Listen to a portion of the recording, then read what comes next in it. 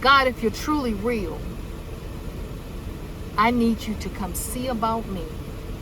If you are truly real, I need you to show up, and I need you to show up right now. My back is up against the wall. I can't go left and I can't go right. And if you're truly real, I need you right now in this hour to come see about me.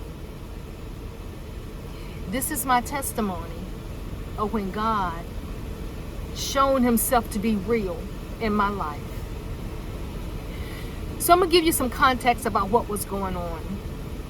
I was married, and my husband and I was going through a really bad separation. I found out that he was seeing someone else, and I got so upset. And at the time, I was really high-tempered. And what I did, I went, and when I tell you I destroyed his vehicle, I spray painted it was a blue Mazda truck. I spray painted it orange. I flattened the tires. I scratched it up. I busted the windshield out of it. I tore the seats. I broke the windows of your car. I did that. I did. And I'm not bragging about it. It's just the truth. This is just my story. I was young.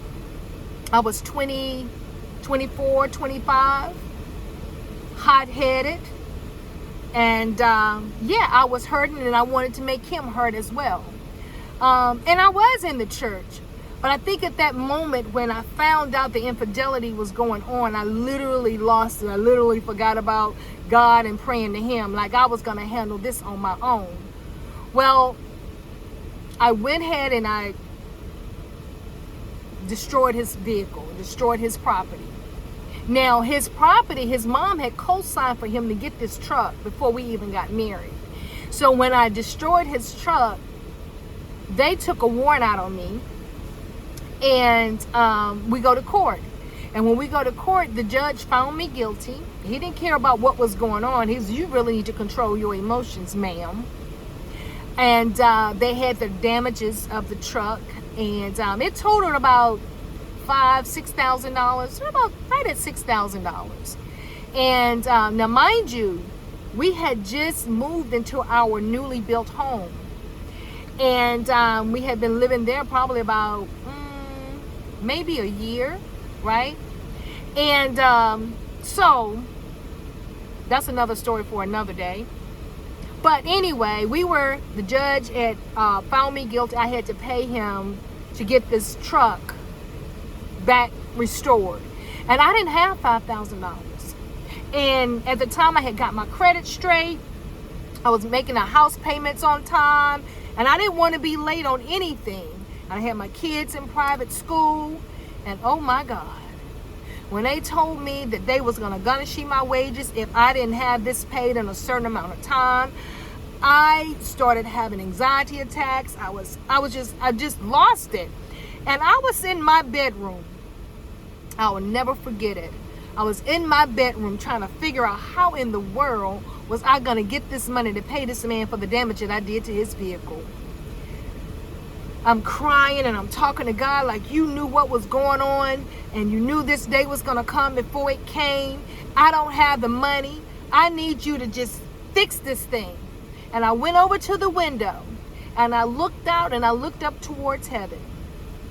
I said, God, if you are truly real, I need you to show up for me right now. I'm not condoning what I did, but you know why I did what I did. I literally feel like my back is up against the wall. I can't go left. I can't go right. And if you don't come see about me, I don't know what I'm going to do. But I need you. If you are truly real, I need you to work this thing out for me. Now, I don't know how you're going to do it. Now, this is how I was talking to God. I'm looking out my window, looking up towards heaven. I don't know how you're going to do it, but I need you to fix this thing for me. After I got through crying and talking to God about it, my head was hurting so bad, I went and laid down. And when I laid down, just as I got into not a deep sleep, but just as I'm going into a sleep, my telephone rings. And you know, we had those rotary phones then. And it rung, seemed like it was so loud. And when I said hello, the voice on the other side, y'all not going to believe this. The voice on the other side simply said, "Hi, Sister Veronica, how are you?" I said, "I'm okay." She said, "God laid it on my heart to give you a call and to ask you, how much money do you need?" That's right.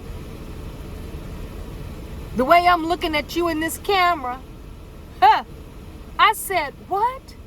She says, "Yes, God laid it on my heart to give you a call and ask you how much you need."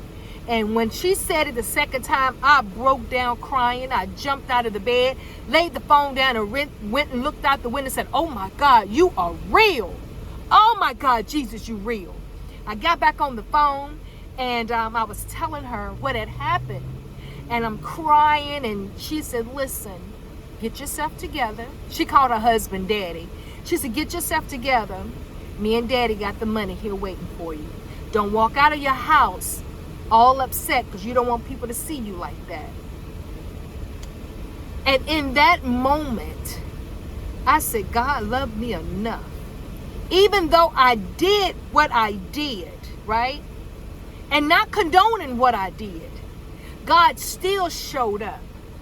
He still came to see about me. Now, I don't know if you're in a situation to where your back is up against the wall, or you're in a situation to where you owe money that you don't have no inkling on how you're going to get it. Again, like I said in my other testimony, all you need is the faith of a mustard seed. Faith of a mustard seed will move mountains. But just imagine if you had more than a mustard seed of faith. Now, in that moment when I was going through that, I don't know if I wasn't thinking about faith. I wasn't thinking about anything. All I was thinking about was trying to get this $5,000 to pay this man so they wouldn't garnish my check, and how I needed God to just do a miracle work for me in that moment. And he did just that. And I'm sharing my testimony with you. And I don't care who see this and may leave in the comments that, "Oh, I should be ashamed," but I am not ashamed of my story. Because this is my story. This is my testimony. This is what I went through in life. And this is to share, to let you know that you are not in this alone. You're not the only one that's going through it or have been through it. Because in that season in my life, I literally felt like that I was the only one that was going through everything that I was going through, dealing with everything that I was dealing with, and I was feeling like nobody else understands. I can't talk to nobody because don't nobody else understand. But I just want you to know that we are encouraged through and by our testimony of other people and ourselves. And in this day and time, and we're living in an uncertainty time, I still remind myself of the times God has shown up for me, and how he will still show up for me now. And I hope that this video of you listening to my testimony have touched you in some way, to let you know it ain't over till God says it's over. And God is always there. He's omnipresent. You just have to call on him and talk to him just like I'm talking to you. And I promise you, he will show up and he will show out. Don't think that it's over. We don't have to go to him in all these long, elaborate prayers saying all these big, elaborate words. No, here I am, God. Come see about me. Sometimes we can go through things and it be so detrimental to us, we don't even know how to pray. We can't even unction up the words to say. But I'm here to tell you, he knows what them moans mean. He knows every tear, what they mean. He knows the sorrow of your heart, baby. Let me tell you something. He knows. And he sent me here to give you my testimony, but to let you know that he's there with you too. And if he did it for me, he will do it for you.